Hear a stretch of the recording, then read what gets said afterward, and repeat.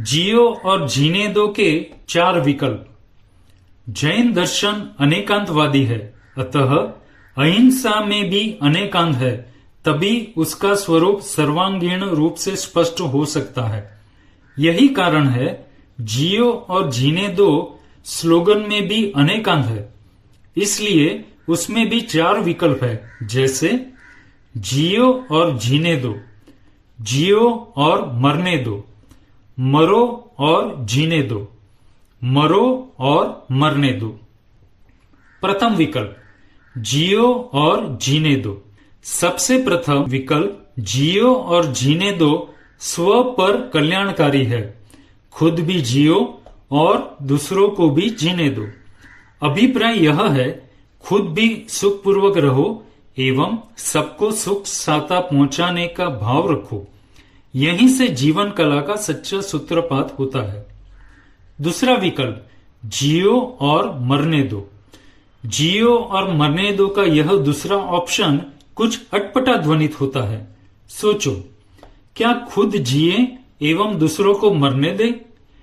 इसे भी अनेकांत दृष्टि से समझना होगा, क्योंकि जीवन में ऐसी परिस्थिति भी अनेक बार हितकारी हो सकती है। सावधान, अनेकांत को समझने में भूल मत करना। अनेकांत का अर्थ है सत्य को अपेक्षा से समझो और विवेक से ग्रहण करो। जैसे सर्वविदित है, देश के प्रधानमंत्री की सुरक्षा अत्यंत जरूरी है, तभी तो उनकी सुरक्षा हेतु 24/7 बॉडीगार्ड रखे जाते हैं। उन कमांडो को ऐसी तालीम दी जाती है कि तुम्हें स्वयं अपनी जान देकर भी प्रधानमंत्री को जिलाना है। इसके लिए स्वयं प्रधानमंत्री भी उन्हें मंजूरी देते हैं, क्योंकि वे जानते हैं अगर वे जिंदा रहे तो पूरे देश की रक्षा करेंगे, और जनता भी इस बात का स्वीकार करती है। तीसरा विकल्प मरो और जीने दो। तीसरे विकल्प को भी धैर्यपूर्वक समझना होगा, क्योंकि इसमें स्वयं मरना मंजूर है, मगर दूसरे को जिंदा रखना है। जैसे प्रधानमंत्री के कमांडो ऐसा कहें, हम मरेंगे और प्रधानमंत्री को बचाएंगे। एक बार तो ऐसा महसूस होगा। दूसरे और तीसरे ऑप्शन में खास अंतर नहीं है, मगर सूक्ष्म दृष्टि से देखोगे तो सब समझ आ जाएगा। जैन इतिहास की एक घटना से बात स्पष्ट हो जाएगी। 2000 वर्ष पूर्व पाटलिपुत्र में नंद राजा का शासन था। उसका राजमंत्री कलाक से आसपास के सभी शत्रु राजा डरते थे। इस कारण पाटलिपुत्र का राज्य सुरक्षित था। एक दिन किसी के बहकावे में आकर राजा नंद ने कलाक मंत्री के पूरे परिवार को अंधे कुएं में डाल दिया, और एक इंसान का पेट भर सके इतना भोजन वह रोज कुएं में भिजवाता था। राजमंत्री कलाक के परिवार ने मिलकर निर्णय लिया, कलाक का जिंदा रहना अत्यंत जरूरी है। कलाक राजमंत्री ने भी यही सोचा। जब शत्रुओं को इस बात का पता लगेगा तो वे निश्चित रूप से पाटलिपुत्र पर हमला करेंगे। तब राजा नंद को राज्य की सुरक्षा हेतु मेरी जरूरत पड़ेगी। इस तरह राजमंत्री के परिवार ने भूखे रहकर मरना पसंद किया, और कलाक ने भोजन करके अपने को जिंदा रखा। परिवार को अपने नजरों के सामने मरने दिया। उसने राज्य सुरक्षा और लाखों करोड़ों की प्रजा की भलाई को अपने परिवार से ऊपर रखा तथा इस सूत्र को अपनाया, जियो और मरने दो। क्या आप राजमंत्री कलाक को गलत कहोगे? इतिहास कहता है ऐसा ही हुआ। शत्रु राजा ने पाटलिपुत्र पर चढ़ाई की और राजा नंद को राजमंत्री कलाक की जरूरत पड़ी। इस तरह उसने राज्य की एवं प्रजा की रक्षा की। जैसे राजमंत्री कलाक के परिवार ने कहा, हम भले ही मरें, किंतु आपका जिंदा रहना अनिवार्य है। यह है मरो और जीने दो। जिन शासन कहता है अगर ऐसी कोई स्थिति खड़ी हो जाए तो आचार्य की सुरक्षा के लिए साधु और श्रावक अपने प्राण दे देते हैं। सोचो, सरहद पर जवान शहीद हो रहे हैं, किंतु उनके कारण ही तो हम जिंदा हैं। क्या आज तक किसी ने ऐसा कहा, जवानों को वापस बुला लो, ये शहीद नहीं होने चाहिए? हालांकि वे नहीं मरे, ऐसी हमारी भावना है। एक शिष्य या भक्त भी गुरु से ऐसा ही कहता है, आपका जिंदा रहना जरूरी है, मैं मरूं तो कोई परवाह नहीं, आप जिन शासन की भव्य प्रभावना करोगे। देश के जवान भी तो ऐसा ही कहते हैं, खुश रहना देश के प्यारों, अब हम तो सफर करते हैं, हमें जिंदा रखने के लिए वे मरते हैं। उनके लिए यह तीसरा विकल्प सही है, मरो और जीने दो।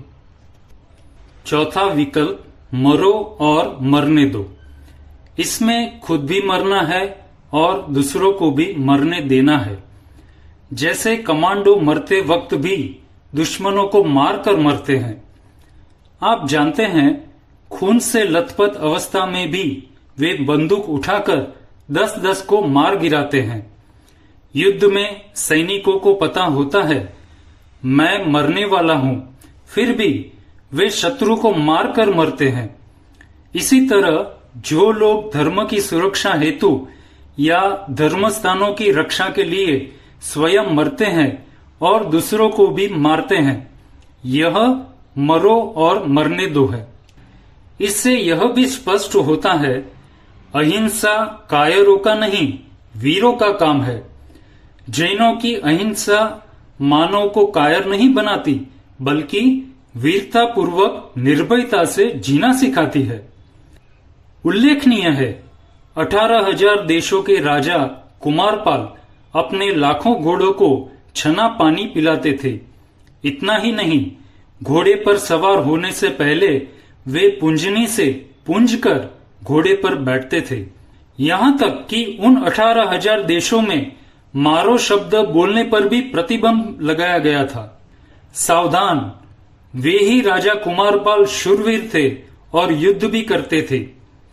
एक बार जब राजा कुमारपाल युद्ध में जा रहे थे, तो घोड़े पर बैठने से पहले उन्होंने रकाब यानी कि पैर रखने वाला भाग और बैठने वाला भाग का पुंजनी से प्रतिलेखन किया।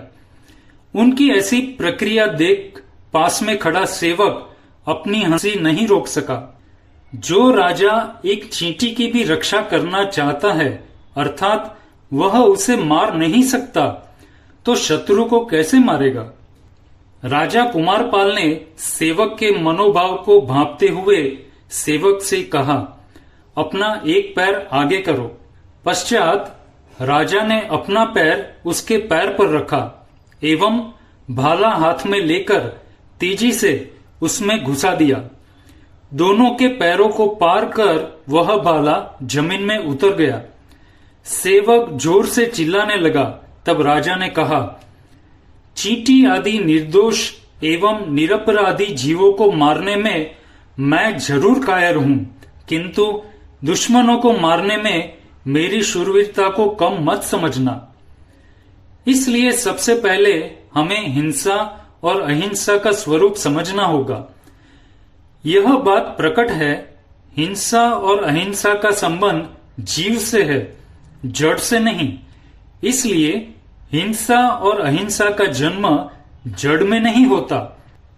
हिंसा व अहिंसा आत्मा के विकारी एवं निर्विकारी परिणाम है। मान लो एक पत्थर किसी प्राणी पर गिर गया और वह प्राणी मर गया, तो क्या पत्थर हिंसक कहलाएगा? यदि किसी जीव ने एक प्राणी को मारने का भाव भी जगाया, तो वह हिंसक है या नहीं? चाहे वह प्राणी मरे या न मरे, फिर भी मारने का भाव हिंसा है। इससे स्पष्ट है, हिंसा अहिंसा न जड़ में होती है, न जड़ के कारण होती है। इसलिए हिंसा और अहिंसा का उत्पत्ति स्थान व कारण दोनों ही आत्मा में उपस्थित है। इसी कारण आचार्य उमा स्वाति जी ने तत्वार सूत्र में हिंसा की परिभाषा देते हुए कहा, प्रमत्त योगात् प्राण व्यपरोपणम हिंसाह, अर्थात प्रमाद के योग से प्राणियों के द्रव्य एवं भाव प्राणों का घात होना हिंसा है। इसलिए हिंसा के दो प्रकार है, द्रव्य हिंसा और भाव हिंसा। किंतु आज तक भी हमारा लक्ष्य प्राय द्रव्य हिंसा पर ही केंद्रित रहता है। फिर भी अंतरंग में होने वाली भाव हिंसा को भी समझना अनिवार्य है।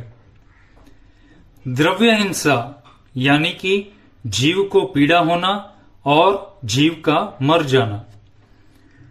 द्रव्य हिंसा के स्वरूप को समझने के लिए कुछ उदाहरण लेते हैं। चींटी मकोड़ों को आपने झाड़ू से बाहर किया, वे मरे नहीं मगर उन्हें पीड़ा हुई। मक्खी मच्छर आदि शरीर पर बैठते हैं, आपने उन्हें उड़ाया, मारा नहीं, फिर भी उन्हें पीड़ा हुई, यह निश्चित है। स्कूटर गाड़ी आदि के नीचे चूहा बिल्ली कुत्ता आदि फंस गए, खून भी निकला, किंतु वे मरे नहीं। बच्चे पत्नी मित्र पड़ोसी व नौकरादी को थप्पड़ मारा, उन्हें पीड़ा तो हुई मगर वे मरे नहीं। इसे द्रव्य हिंसा कहते हैं। इसमें चाहे जीव मरे नहीं मगर उन्हें किसी न किसी रूप में कष्ट अवश्य हुआ है।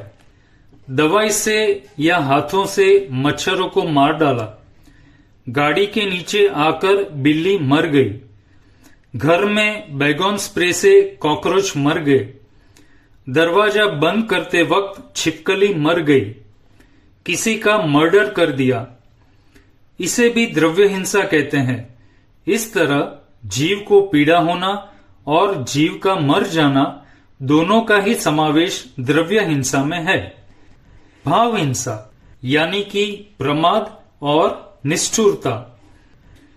किसी भी जीव को पीड़ा देने का भाव नहीं है, मारने का इंटेंशन नहीं है, मगर आपकी प्रवृत्ति और व्यवहार से जीव के मरने की पूरी संभावना है। फिर भी आप उस प्रवृत्ति को छोड़ते नहीं, इसका नाम प्रमाद है, जो भाव हिंसा है। जैसे बिना देखे चलना, यह प्रमाद है, भाव हिंसा है। मारने का भाव नहीं है, फिर भी आपका चलना ऐसा है जिससे जीव मरने की संभावना है। स्मरण रहे, किसी जीव को दुखी करने का भाव छोटी निष्ठुरता है और मार डालने का भाव बड़ी निष्ठुरता है। जैसे मच्छर जब परेशान करते हैं तो उन्हें मार देने का भाव आता है, फिर हाथों से उन्हें कभी मारते हैं कभी नहीं भी मारते। सावधान, मारने का भाव आया तो भाव हिंसा हो गई। मूवी देखते समय हीरो विलन को मार दे ऐसा भाव आता है। हंसी मजाक में किसी को वॉशरूम या बेडरूम में बंद कर देना, उसके चिल्लाने पर भी कुछ देर नहीं खोलना और खुश होना। बॉक्सिंग में कोई मार खाए तो खुश होना। पशुओं की लड़ाई देखकर खुश होना, इसे भाव हिंसा कहते हैं। प्रमाद और निष्ठुरता भाव हिंसा है। इस तरह से समझना यह है, आत्मा के विकारी भाव ही हिंसा है। इसलिए हिंसा अहिंसा का संबंध दूसरों से नहीं, अपने से ही है। इसलिए ध्यान अपनी तरफ आना चाहिए। महोपाध्याय यशो विजय जी महाराज ने एक स्तवन में यही बात कही, आत्म भाव हिंसा नथी, हिंसा सगला ही पापस्तान। इस तरह से आत्म भाव या वितराग भाव के अलावा शेष जितने भी राग द्वेषादि विकारी भाव है, वह हिंसा ही है। वितराग भाव अहिंसा है, मगर हिंसा अहिंसा शब्द से हमारा ध्यान प्राय दूसरे जीवों को मारना, सताना या उनको बचाना, रक्षा करने में ही लगा रहता है। एक बार भी यह ख्याल नहीं आता, हिंसा अहिंसा का सीधा संबंध स्वयं से है, स्व परिणामों से है।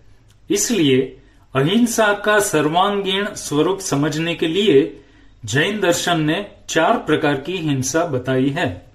नंबर 1, द्रव्य से हिंसा प्लस भाव से हिंसा इज इक्वल टू भाव हिंसा। जैसे कसाई ने निष्ठुरता से बकरे को मारा, इसमें कसाई की निष्ठुरता भाव हिंसा और पशु को मारना द्रव्य हिंसा है। बिना देखे चलने से पैर के नीचे चींटी या चूहा आकर मर गए, यहां देखकर नहीं चलना भाव हिंसा, और चींटी आदि का मरना द्रव्य हिंसा है। मक्खी मच्छर परेशान कर रहे थे तो उन पर गुस्सा होकर जोर से उड़ाया, यहां मक्खी मच्छर पर गुस्सा आना भाव हिंसा एवं मक्खी मच्छर को पीड़ा होना द्रव्य हिंसा है। नंबर 2, द्रव्य से हिंसा प्लस भाव से हिंसा नहीं इज इक्वल टू भाव हिंसा नहीं है। जैसे डॉक्टर पेशेंट को ठीक करने के लिए इंजेक्शन देते हैं तो पेशेंट को दर्द होता है, मगर इसमें भाव हिंसा बिल्कुल भी नहीं है, किंतु द्रव्य हिंसा है।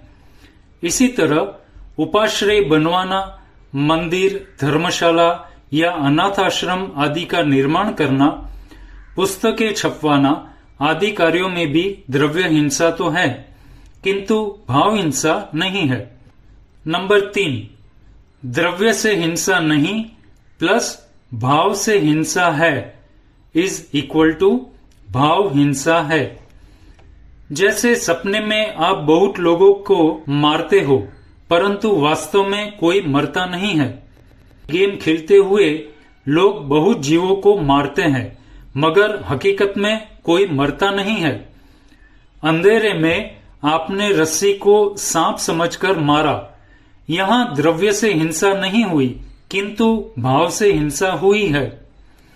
समझना यह है, आपने चाहे एक भी जीव को नहीं मारा, फिर भी भाव मारने का है।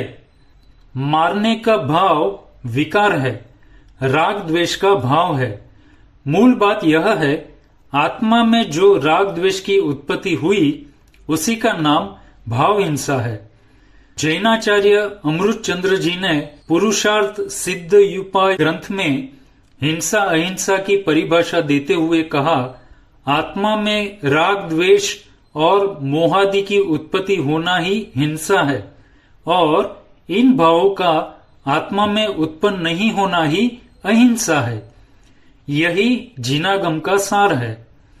इस आधार पर यह पूर्णतः प्रकट है, वास्तव में हिंसा अहिंसा का संबंध संपूर्णतया आत्मा से है। संक्षेप में, हिंसा अहिंसा का संबंध जीवों के जन्म मरण सुख दुख से न होकर आत्मा में उत्पन्न होने वाले रागादि भावों से है। सावधान, यहां ऐसा मत समझ लेना किसी जीव को सताना, दुख देना या मारना हिंसा नहीं है। वह तो हिंसा है ही, क्योंकि उसमें प्रमाद रहता है। प्रमाद से अभिप्राय राग द्वेष मोहादि विकारी परिणाम ही है। इस तरह से प्रमाद में द्रव्य और भाव दोनों प्रकार की हिंसा समाहित है। फिर भी यहाँ विशेष रूप से अंतरंग में होने वाली भाव हिंसा की ओर ध्यान आकर्षित किया गया है।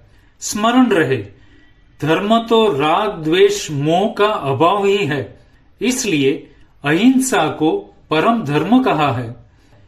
खास बात यह है, अहिंसा को जीवन में उतारने के अनेक स्तर है, किंतु हिंसा तो हिंसा ही रहेगी। विचार करो, अगर पूर्णतः हिंसा को नहीं छोड़ सकते तो अंशतः हिंसा का त्याग अवश्य करणीय है। यदि इतना भी न हो सके तो कम से कम हिंसा में धर्म मानना और कहना तो पूर्णतया छोड़ सकते हैं, ताकि मिथ्यात्व की पुष्टि न हो। जैन दर्शन में एक बात अत्यंत सूक्ष्मता से समझने योग्य है। शुभ एवं अशुभ भाव की उत्पत्ति का कारण कषाय की मंदता एवं तीव्रता है। परिणाम स्वरूप कषाय की तीव्रता में मारने का अशुभ भाव आता है और कषाय की मंदता में जीव रक्षा का शुभ भाव जागता है। शास्त्रों में बचाने के भाव को या नहीं मारने के भाव को मंद कषाय एवं शुभ भाव रूप होने से उसे व्यवहार में अहिंसा कहा है। याद रखना, निश्चय से तो वितरागता ही अहिंसा है। यह अहिंसा परम धर्म है। समझना यह है, मारने के भाव से पाप का बंध होता है और बचाने के भाव से पुण्य बंधता है। धर्म तो बंध के अभाव का नाम है जो वितरागता है, इसलिए वितराग भाव ही अहिंसा है। कभी सोचा, आत्मा के विकारी परिणामों में रागादि भाव ऐसा कहकर राग को ही प्रथम स्थान क्यों दिया होगा? स्पष्ट है, द्वेष से भी अधिक हिंसा का कारण राग है। आप जानते हैं, सर्वाधिक द्रव्य हिंसा युद्धों में होती है और इतिहास कहता है अधिकांश युद्ध धन संपदा एवं जमीन के लिए होते हैं। रामायण और महाभारत इसका स्पष्ट परिणाम है। जर, जोरू और जमीन के प्रति राग होने से युद्ध हुए हैं, द्वेष के कारण नहीं। इसी कारण रागादि भावों की उत्पत्ति को भाव हिंसा कहा है। नंबर 4, द्रव्य से हिंसा नहीं प्लस भाव से हिंसा नहीं इज इक्वल टू भाव हिंसा नहीं है। भगवान महावीर कहते हैं, वितराग भाव में ऐसी स्थिति प्रकट होती है जहां न द्रव्य हिंसा है न भाव हिंसा है। वहां द्रव्य अहिंसा व भाव अहिंसा सदा साकार है। याद रखना, द्रव्य अहिंसा पर दया है और भाव अहिंसा स्वदया है। यह सच है, कोई व्यक्ति अपने जीवन में अहिंसा को कितना उतार पाता है कितना नहीं, यह उसका व्यक्तिगत विषय है।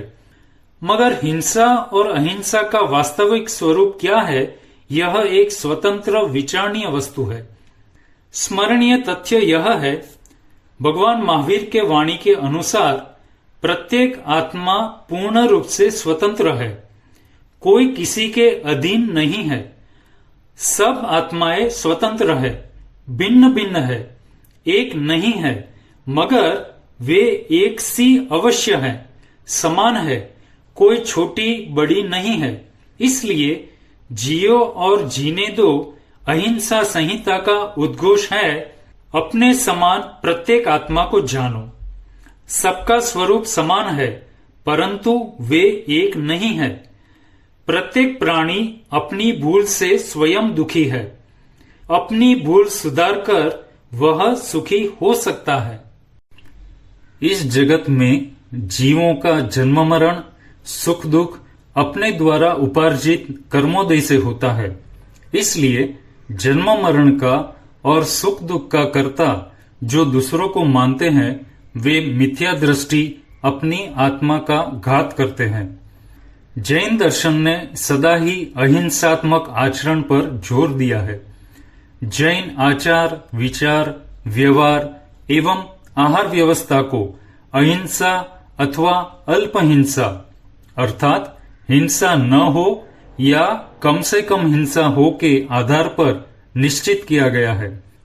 पानी छानकर काम में लेना, रात्रि भोजन नहीं करना, मद्य मांसादि का सेवन नहीं करना, जमी कंद नहीं खाना आदि सैकड़ों आचरण अहिंसा को लक्ष्य में रखकर अपनाए गए हैं। सर्वानुभूत है, सामाजिक जीवन में हिंसा रहते हुए अहिंसा नहीं पनप सकती। इसलिए अहिंसा के सामाजिक प्रयोग के लिए जीवन में समन्वय वृत्ति, मेल मिलाप, सहनशीलता, समता एवं सह अस्तित्व की भावना पर जोर दिया है। वैचारिक हिंसा से बचने के लिए अनेकांत का दृष्टिकोण प्रदान किया गया। अगर अपनी शक्ति एवं योग्यता के तले प्रत्येक मानव इसे जीवन में उतार ले और इसे व्यावहारिक रूप में अपना ले तो निश्चित रूप से विश्व शांति संभव है। इस तरह अहिंसा सर्वत्र व्यापक है और जियो और जीने दो के अर्थ का विस्तार विराट है। इसमें सामाजिक चेतना, मानवीय विवेक एवं संवेदनशीलता महत्वपूर्ण है। यही कारण है हिंसा मत करो से लेकर दया, दान, सेवा, करुणा, अनुकंपा, सौम्यता, सहयोग और सद्भाव के अर्थ तक अहिंसा की विकास यात्रा है, जिसका हर कदम जियो और जीने दो के सर्वांगीण रूप से भरा हुआ है।